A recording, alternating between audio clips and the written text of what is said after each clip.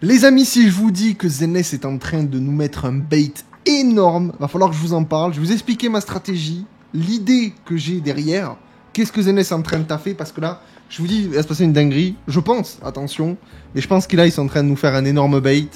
Que peut-être je suis le seul à le voir. Peut-être pas, peut-être que je suis le fou du bus. On va voir ça ensemble. Je suis en live, je suis avec le chat qui est là, qui va voir si je suis le fou du bus. Mais j'échange un peu avec eux et ça se tient. Ce que je vais penser, ça se tient. On va essayer d'y aller petit pas.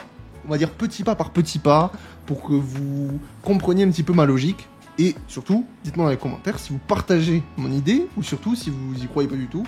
Et partagez un petit peu vos idées à vous. N'hésitez pas à le petit pouce bleu d'ailleurs si vous kiffez ce genre de vidéo. Vraiment, n'hésitez pas à spammer ça parce que ça va être de fou pour l'algo, vraiment. Donc n'hésitez pas. Il y a pas assez de pouces bleus sur la chaîne. Donc là, vous spammez les pouces bleus. Comme ça, on va voir si vous êtes motivé. Bref. Tout le monde est là, ça fait plaisir. Je vous ai fait un petit paint dégueulasse, mais bon, au moins vous allez comprendre avec les patchs. Patch 2.1, patch 2.2, patch 2.3, patch 2.4. Partie 1, partie 2, partie 1, partie 2, partie 1, partie 2 et partie 1, partie 2. Ici, on a eu Yuzua.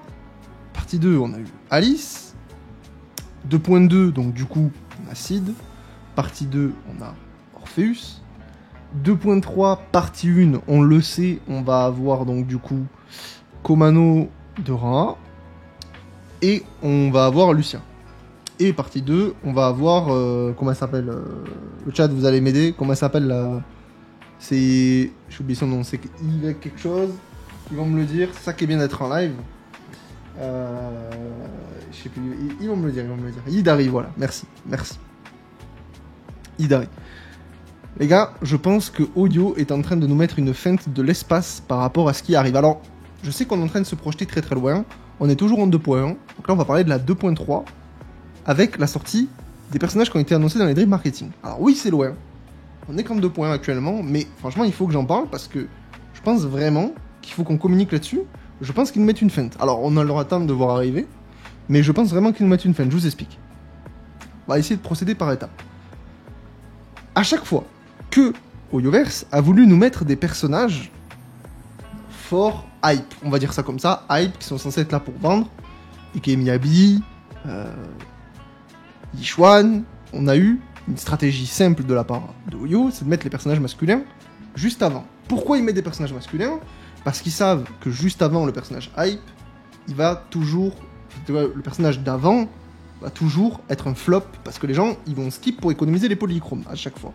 Donc ils se sont dit, on met des personnages masculins, puisque d'habitude, les personnages masculins, ils se vendent pas. C'est l'occasion de les mettre, comme ça, ceux qui veulent les personnages masculins, ils sont contents. Et les autres, de toute façon, ils vont skip, puisque de toute façon, ils veulent les personnages hype. C'est pour ça qu'on a eu Lighter, qui est arrivé juste avant Miyabi. Je vais pas parler d'Arumasa, qui est arrivé en même temps que Miyabi, mais il était gratuit, donc c'est un cas à part, Arumasa. C'est un cas unique. Et on a eu pareil avec Vlad, qui est arrivé en P2, pour, on va dire, skipper derrière avec l'arrivée d'Yishuan. Donc on a eu deux personnages sacrifiés qui étaient Lighter et Vlad. Et d'ailleurs, je peux vous en montrer vite fait, on est ici pour voir un petit peu les revenus des personnages.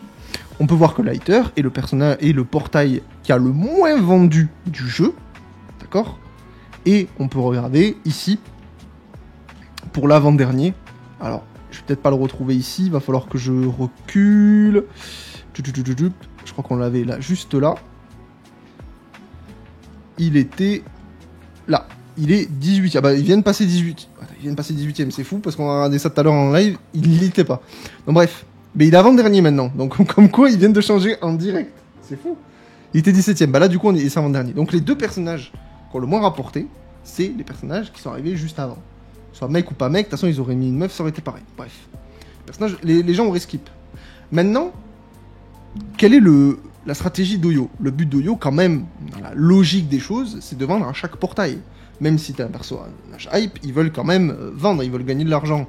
Donc, que ce soit 1.4, 1.3, 1.2, le but, si eux, ils peuvent faire des portails qui vendent tout le temps, ils seront très contents. Y a pas de problème, hein, ils vont s'en faire plein les fouilles, et ils seront très heureux. Le problème, c'est que les personnages masculins ne vendent pas, puisqu'ils les mettent tout le temps en P2. Voilà. Et ça, c'est un autre problème, on en a déjà parlé. Bref, c'est leur stratégie, c'est comme ça. Qu'on aime ou qu'on n'aime pas. Le truc, c'est quel est le moyen de faire invoquer les gens juste avant une sortie de personnages hype, en dehors des personnages mecs, puisqu'on a vu que ça marchait pas. Donc on enlève la stratégie du personnage mec, Et on essaye de réfléchir à une autre stratégie. Qu'est-ce qui permet de vendre avant la sortie d'un personnage hype? C'est le truc qui a à chaque fois vendu sur ZNS, ça n'a jamais loupé, c'est les personnages Gunner. Les personnages sexy, bref, vous savez, voilà. Quel est le personnage qui arrive comme un cheveu sur la soupe, qui ne sert à rien dans le jeu, on va y revenir, et qui est complètement Gunner? Ici. Il s'appelle Yidari.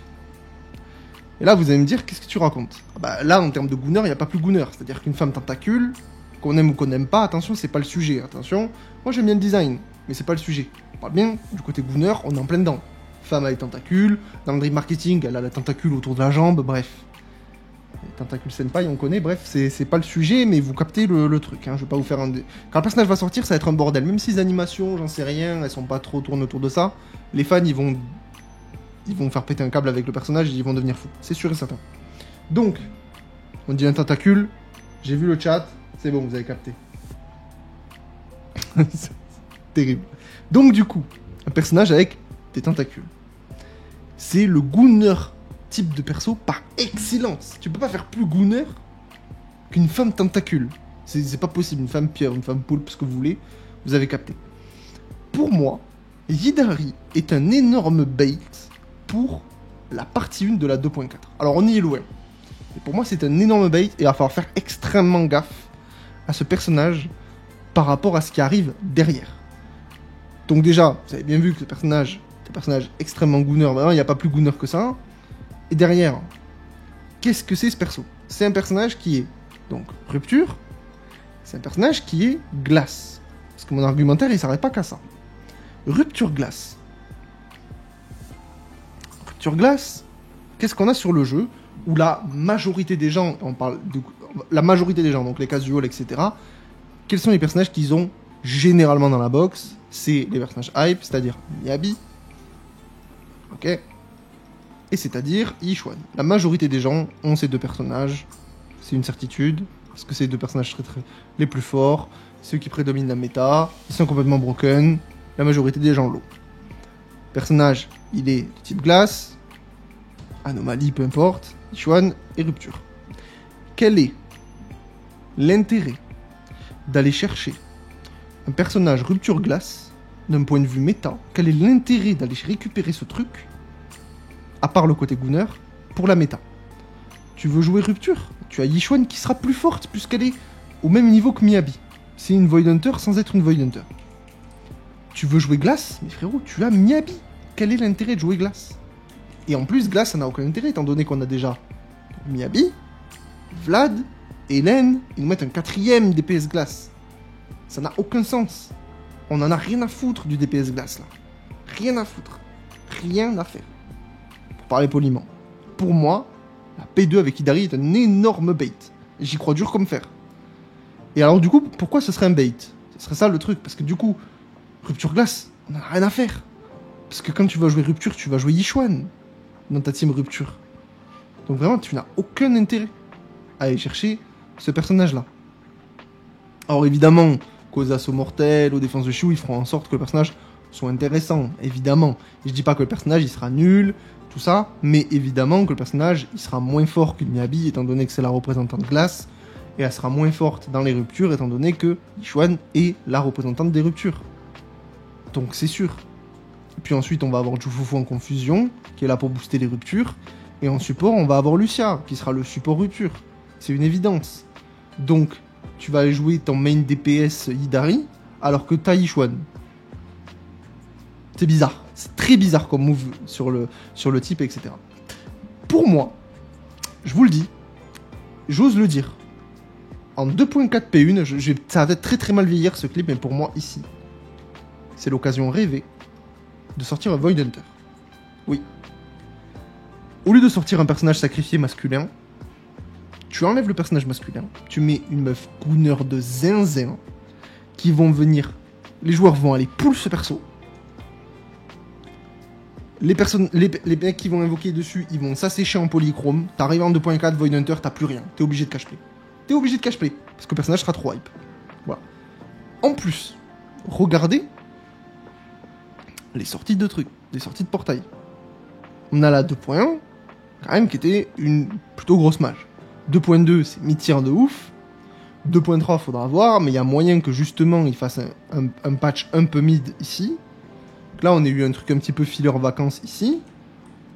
Et peut-être que là, du coup, il n'y aura pas un truc énorme, peut-être un peu mieux, pour préparer une 2.4 de fou. Comme on avait eu avec la 1.4. Alors peut-être pas du même niveau, faudra voir, mais il y a moyen qu'il fasse quelque chose. Mais là, vous allez me dire, il y en a beaucoup qui vont me dire, oui, mais t'es bien mignon, j'entends ce que tu me dis, mais Void Hunter, on en a déjà un, c'est Yishuan. Non. Je suis désolé de vous le dire, mais Yishuan, que vous le vouliez ou non, n'est pas un Void Hunter. Même si elle a le niveau d'un Void Hunter, même si elle a refusé le titre et qu'elle aurait dû l'avoir, elle l'a refusé, donc elle ne l'est pas. Et c'est peut-être jouer sur les mots, mais c'est une cartouche énorme pour Zenless. Parce que Zenless peut très bien venir et dire, les gars, il n'y a pas de Void Hunter cette saison, j'en ai pas sorti encore. Le voilà, il est en 2.4. Et oui, parce que Yishuan n'était pas un vrai Void Hunter. Elle a refusé, elle a pas le titre. Le vrai Void Hunter qui a son titre, qui est en place, ce sera lui. Ce sera ce personnage qui sera en 2.4. Pour moi, je le vois gros comme une maison, il y a une douille là. Il y a une énorme douille qui arrive. Et ce qui leur permet de faire un coup de com' énorme. C'est-à-dire que Yishuan, c'est extrêmement bien vendu parce qu'ils l'ont vendu comme la rivale de Miyabi. Et en même temps, derrière, ils te sortent le vrai Void Hunter plus tard. Ce qui leur fait 2 énormes persos avec 2 grosses ventes au lieu de un seul comme Miyabi. C'est très malin de faire ça. Très très très malin. En plus, Miyabi, on me l'avait dit dans le chat, Miyabi, elle est annoncée par elle-même dans ses quêtes de confiance comme la plus faible des Void Hunters. Donc on aurait un Void Hunter qui serait extrêmement puissant. Beaucoup plus puissant que elle dans le lore. Ce qui relancerait encore plus une hype. Ça serait trop bien. Vraiment. Donc vraiment, une 2.4 de fou. Et donc là, la 2.4, elle serait extrêmement hypée. En plus, bon, là on va s'éloigner, on va rentrer vraiment dans la théorie. Qu'est-ce que ça pourrait être comme Void Hunter? Honnêtement, on attend tous un attaquant en feu digne de ce nom. Le dernier attaquant en feu, c'est Evelyn. Vous allez me dire Orpheus. Non. Orpheus, vous l'avez vu dans le kit, Orpheus est une sub DPS. Elle est là pour accompagner le main DPS. Elle sera là pour accompagner Sid, elle sera là pour accompagner Silver MB. On l'a vu dans le kit de présentation du trailer. Enfin, du live. C'est un sub DPS, c'est pas un main DPS. Donc on pourrait très bien avoir un Void Hunter attaquant feu, et du coup ce sera pas feu, ce sera un élément amélioré. Ça peut ne pas être ça. Mais ça pourrait être très bien le cas, parce qu'on l'avait vu à chaque fois qu'il y a des reruns, généralement, les personnages qui arrivent après, c'est des personnages qui power creep le rerun. Là, en rerun, à ce moment, on a Evelyn. Donc ça va dans mon sens. Donc j'imagine vraiment il y a une douille. Pour moi, Yidari est un énorme bait. C'est un Gunner bait. Là, on est en plein dedans. On est en plein dedans. On est en plein dedans. Il suffit qu'en plus, Yidari, dans les trailers de présentation de perso, ils nous mettent un poulpe. Ils mettent des dingueries avec le poulpe, là, au niveau des animations. Ils vont nous vendre le perso. Ça va être un perso un petit peu... Après, je sais pas comment ils vont le vendre. Et s'ils veulent aller à fond là-dedans, ils nous font un perso full sexy. Les gens, ils vont pull. Et ensuite, ils vont tous se faire avoir. Je le vois gros comme une maison. Et ça fonctionnera 1000 fois mieux que mettre un personnage masculin. Bon, du coup, il y a une question qui se pose, c'est du coup, il n'y a plus de personnage masculin. Là, je vous rejoins. Alors, ce qui serait incroyable, ce serait que le Void Hunter soit un personnage masculin. Et là, dans ces cas-là, on n'aurait plus de raison de gueuler. Komano, rang S, blablabla. Les gars, si le Void Hunter est un personnage masculin, on va tous se mettre à 4 pattes. C'est comme ça que ça va finir, on va être en mode pardon. Pardon. Bon, on verra. Là, c'est que des théories et tout ça. Mais je vais trop loin dans mon truc, mais ça pourrait être très bien. Ce qui pourrait vraiment excuser au lieu en disant, bon ben voilà, ok, on n'a pas sorti de mec de rang S, digne de ce nom, respecte, etc. Parce qu'en fait, le Void Hunter masculin, il arrive. Il est là. Ça pourrait être bien, étant donné qu'on a une Miyabi, perso féminin, et Yishuan qui est simili Void Hunter, mais ça n'en est pas un, vous avez capté, c'est aussi un personnage féminin. Ça pourrait être bien que pour le troisième gros personnage hype, soit un personnage masculin. On verra. Est-ce qu'ils vont vraiment oser le faire? Ça, je sais pas. Maintenant, est-ce que ce sera forcément un attaquant si c'est un Void Hunter? Pas forcément. Ça peut être aussi un personnage confusion. Support, je pense pas. Parce que support, on en a beaucoup. En P1, on a eu Yuzua ici, en support. Et on va en avoir un autre ici, avec Lucia. Ça fait beaucoup. Donc, je pense pas qu'on va avoir un autre support, imaginons ici. Ça ferait beaucoup de supports d'affilée. Surtout que là, on a comblé un petit peu tous les persos. C'est-à-dire, support générique, t'as Astra. Support rupture, t'aurais Lucia. Support anomalie, t'aurais Yuzua. T'as les 3 cases. t'as vraiment besoin d'aller rajouter un autre support derrière. Je suis pas convaincu qu'il soit support. Défenseur, je les vois pas sortir un Void Hunter défenseur, du moins pas maintenant. Déjà que les défenseurs, ils ont pas leur place, ils ont du mal. César, c'est le seul personnage. Et maintenant, elle commence à se faire dépasser. C'est pas pour aller rajouter un Void Hunter. Je les vois mal faire ça. Confusion ou DPS, ça me semble le plus pertinent. Confusion, ils feront pas un autre personnage Confusion Feu. On a déjà Koleda, on a déjà Jufufu, et on a déjà Lighter. Donc, je les vois mal refaire un 4ème Confusion Feu, mais ça peut être autre chose. Ça peut aussi être l'élément amélioré de l'électrique, pour un DPS ou une Confusion. Ça ferait beaucoup d'électrique, encore une fois. C'est pour ça que je me dis attaque en feu, c'est pas déconnant. Bref. Voilà. Donc dites-moi un petit peu ce que vous en pensez de cette théorie. Moi je pense vraiment que c'est en train de nous bait. Évidemment on aura le temps de le voir. Parce que on parle de 2.4. On est en 2.1, hein, donc on a vraiment le temps de voir les choses arriver. Mais ce qui va être intéressant, c'est surveiller bien les dialogues in-game à partir de la 2.2 pour voir si ça commence à nous teaser quelque chose. Parce que c'est là où on va falloir pas tomber dans le panneau, il va falloir être très très très attentif. Moi si on me voit des choses, etc., je vous les ferai remonter. Mais moi je mise ma pièce. Je me dis, 2.4 P1 sera le Void Hunter. Je le sens. Peut-être je me plante. On verra ça. Bon, dites-moi un petit peu dans les commentaires, n'hésitez pas à mettre le petit pouce bleu. Et nous, on se retrouve du coup demain pour une nouvelle vidéo sur Zen Zone 0. Ciao ciao.